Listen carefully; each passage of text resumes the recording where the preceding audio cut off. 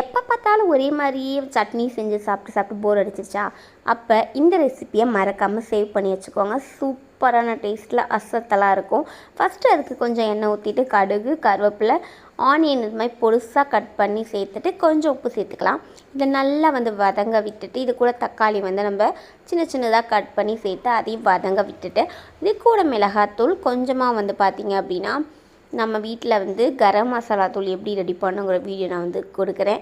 கரம் மசாலா தூள், மல்லித்தூள், கொஞ்சமாக பார்த்திங்க அப்படின்னா கலருக்காக வேண்டி காஷ்மீரி சில்லி, அப்புறம் உப்பு இன்னும் கொஞ்சம் சேர்த்துட்டு கொஞ்சமாக அது மேலே பார்த்திங்கன்னா சிக்கன் மசாலா அதை கொஞ்சம் தூவி விட்டுட்டு எல்லாத்தையும் மிக்ஸ் பண்ணி விட்டுருங்க.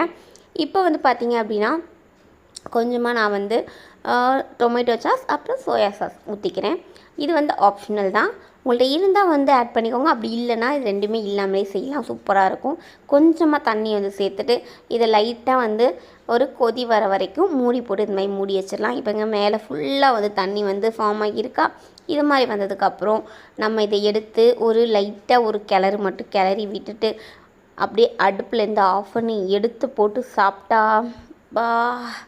சொல்ல வார்த்தையே இல்லை, அவ்வளோ சூப்பரான டேஸ்ட்டில் இந்த ஆனியன் டொமேட்டோ எல்லாமே சேர்ந்து அப்படி தோசையை போட்டு வாயில் வச்சு சாப்பிடும் போது வேறு உலகத்துக்கே போகிற மாதிரி இருக்கும். கண்டிப்பாக இந்த ரெசிபியை சேவ் பண்ணிவிட்டு ட்ரை பண்ணிவிட்டு எப்படி இருக்குன்னு மறக்காமல் கமெண்ட் செக்ஷன்லேயே கமெண்ட் பண்ணுங்கள்.